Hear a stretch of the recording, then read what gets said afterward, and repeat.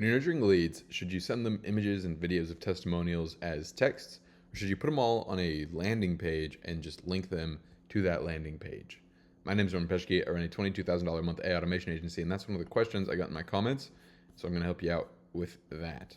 So, from Culver Claire, final question: if I'm serving home remodeling clients and I want to nurture their leads and pre-sell them before the appointment is booked through portfolios and previous work, testimonials, educate them on how my client and their company build that trust factor, should I just attach images and videos on SMS and emails in my snapshot?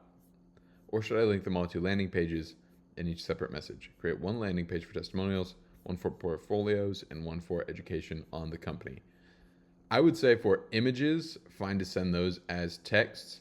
For videos, though, especially if you're using high level, those usually come through as embedded links anyways, which don't really display super well natively. It's not like if you're shooting something over iMessage to iMessage or just like messaging app to messaging app in general. They show up a little weird. So for those, I think it's totally cool to do a landing page with a bunch of testimonials on it. But when you are sending links, only do that after they respond. Otherwise, they won't be able to click whatever link you send. If the first thing you send them is a link, you won't be able to click it, at least if the receiving end is an iPhone. I know that from past experience being sent links. But once you have received a message from the other side, then whatever you send through will function properly and they'll be able to click on it and see what you got. So images, rip it, go ahead, send those off. Videos, I'd put that on a page and send that separately. So hopefully that helps right there. But yeah, that's great, man. Building trust with that, awesome. Especially if you can make the trust that you send over contextual to them. Like, I'm not sure what information you're taking in on that lead form, but if you're taking in anything that puts them into a certain bucket, and then you can send them testimonials that are contextual to that bucket. For example, if you are working with like B2B, you're working with business owners, and you're talking to business owners that are doing $20,000 a month, and you're talking to business owners who are doing $80,000 a month, then for the $20,000 a month business owners, you'd probably want to send them testimonials that are contextual to their income bracket. So if you can send them client results of other people that were doing $20,000 a month, then got to that desired outcome, you can segment those testimonials to be sent to them. And then if you have testimonials of past clients that are doing $80,000 a month, and then they have achieved their desired outcome, you can segment those separately. That way you can tie the most relevant testimonials to the potential client that you're talking to.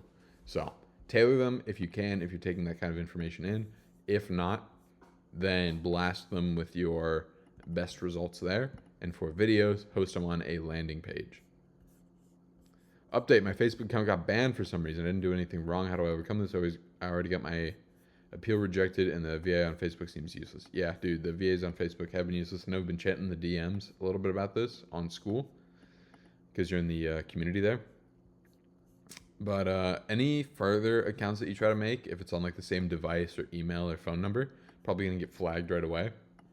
So if you have a unlinked secondary email, I would go to like a coffee shop or something so that you're on a different, you have different IP as well, and try to set it up again through there. But let me know the reasons they are giving you there and kind of what you're seeing. I know we're chatting in DM, so I'll ask you some more questions around that, see if we can get that sorted out for you. Hey, does the same rule apply for my own agency's ads if I'm doing $30 a day? Yeah, so this was talking about a video I did 2-3 days ago, which was all about how to set up campaigns for the Andromeda update right here. So I'll link that somewhere so you can go check it out. It gives you the campaign structure breakdown for if you're spending less than $1,000 a month or more than $1,000 a month. And so if you are doing $30 a day for your own agency, then you'll probably be fine sticking with 6 creatives, all testing different angles, which would be like different concepts there. So I'd go with 6. If you scale past 30 a day, then I would start bumping up my creatives, trying to hit that like 16 to 20 mark. So hopefully that is helpful. That's going to be it for today, and I will see you lovely, lovely folks.